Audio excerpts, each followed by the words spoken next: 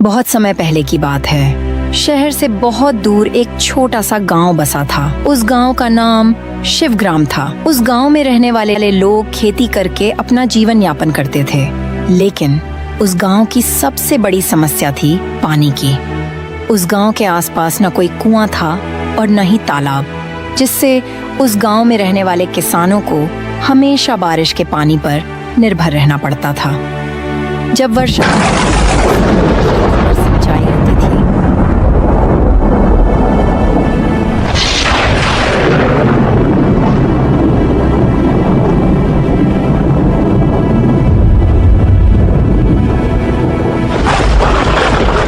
इसी गांव में अर्जुन नाम का एक किसान रहता था।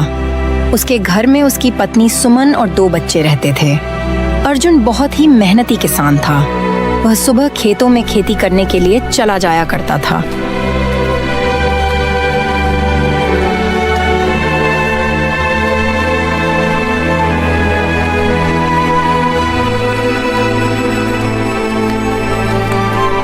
और खेतों का सारा काम निपटाकर शाम के समय घर आया करता था।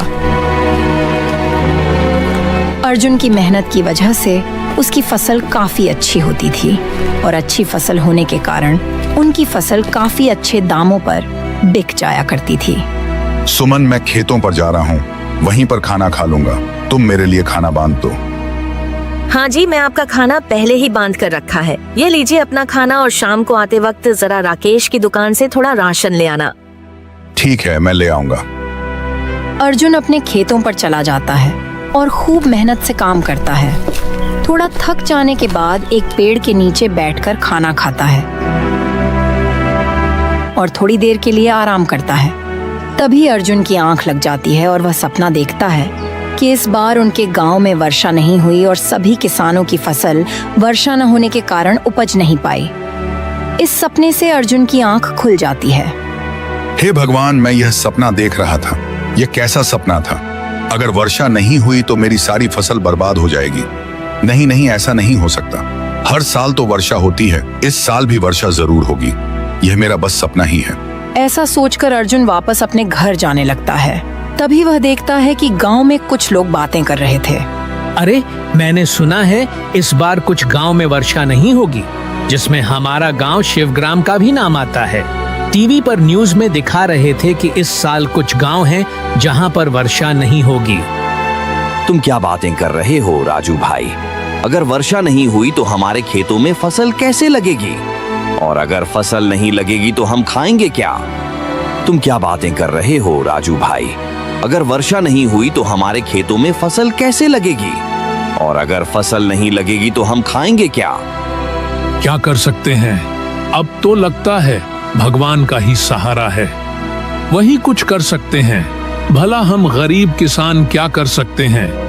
हमारे गांव के आसपास कोई कुआं या तालाब भी नहीं है कि जिससे हम अपने खेतों की सिंचाई कर सकें। हम तो केवल वर्षा के पानी पर ही निर्भर हैं।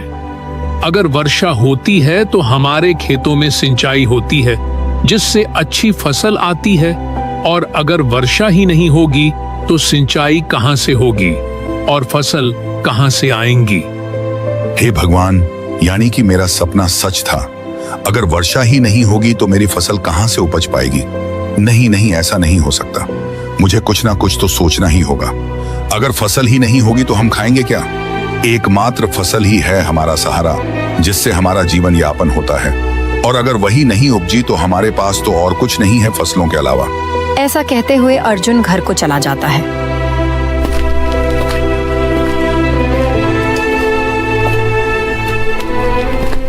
आ गए आप, बैठिए, आपके लिए खाना दे देती हूँ। आप इतने परेशान क्यों दिख रहे हैं? क्या हुआ? सुमन, गांव के लोगों का कहना है कि इस बार वर्षा नहीं होगी।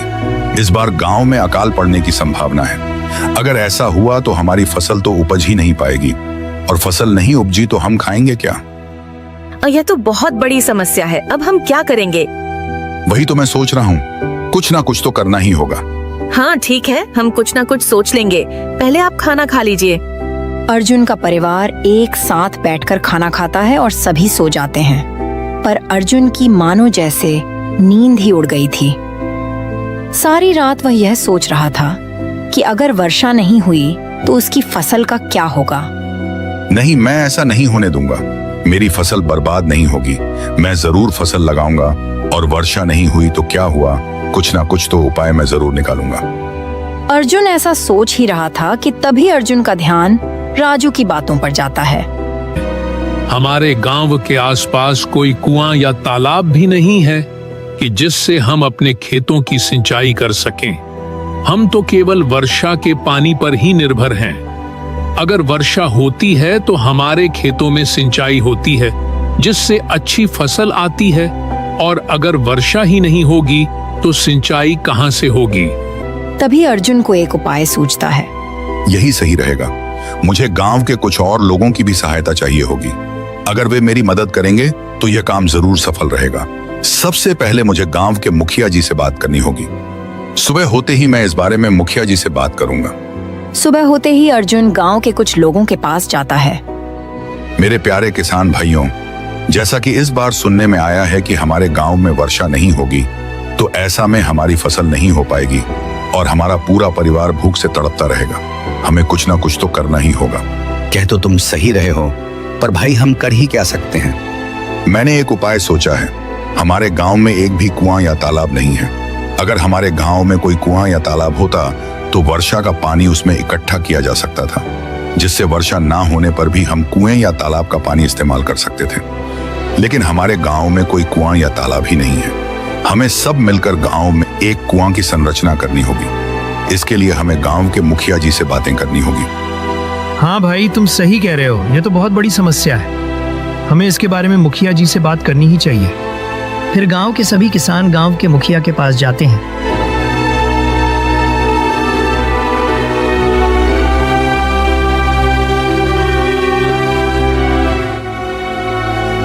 और मुखिया जी को अपना विचार बताते हैं। किसान भाइयों, यह तो तुम सही कह रहे हो। गांव में कोई कुआं या तालाब ना होने की वजह से किसानों को बहुत सी कठिनाइयों का सामना करना पड़ता है, और गांव के सारे किसान केवल वर्षा के पानी पर ही निर्भर हैं। अगर हमारे गांव में कुआं होगा तो वर्षा ना होने पर भी लोग अपने खेतों की सिंचाई कर सकेंगे। तुम ठीक कह रहे हो अर्जुन भाई।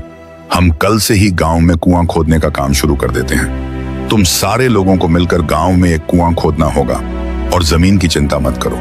मेरे घर के पास पीछे वाले बगीचे में तुम सब कुआं खोद सकते हो। सारे किसान इस पर सहमति जताते हैं और अगले दिन से ही गांव में कुआं खोदने का काम शुरू हो जाता है। कुछ ही दिनों में कुआं खुद कर तैयार हो जाता है, और बहुत गहराई तक कुआं खोदने के बाद कुएं में पानी नजर आता है। पानी को देखकर सभी किसान भाई बहुत खुश हो जाते हैं। सभी किसान यह बात गांव के मुखिया जी को बताते हैं। मुखिया जी भी इस बात से बहुत खुश होते हैं। मेरे किसान भाइयों, तुमने तो कमाल कर दिया। आखिरकार तुम सब ने मिलकर हमारे गांव में एक कुआं खोद ही दिया। अब तुम सारे किसान मिलकर बारी बारी से सिंचाई करना। इससे तुम्हारी फसल की अच्छी सिंचाई हो जाएगी, और कुआं पास में होने की वजह से पीने का पानी भी लोग यहीं से भर लिया करेंगे। इस तरह इस बार शिवग्राम गांव में वर्षा नहीं हुई, लेकिन वर्षा न होने के बावजूद भी गांव के किसानों को ज्यादा फर्क नहीं पड़ा। अब गांव के किसान बारी बारी से कुएं के पानी से अपने खेत की सिंचाई कर लेते थे। थोड़े ही दिनों में गांव के किसानों की अच्छी फसल हुई, और इस तरह शिवग्राम गांव फिर से खुशहाली से भर गया। इस तरह इस बार शिवग्राम गांव में वर्षा नहीं हुई, लेकिन वर्षा न होने के बावजूद भी गांव के किसानों को ज्यादा फर्क नहीं पड़ा। अब गांव के किसान बारी बारी से कुएं के पानी से अपने खेत की सिंचाई कर लेते थे।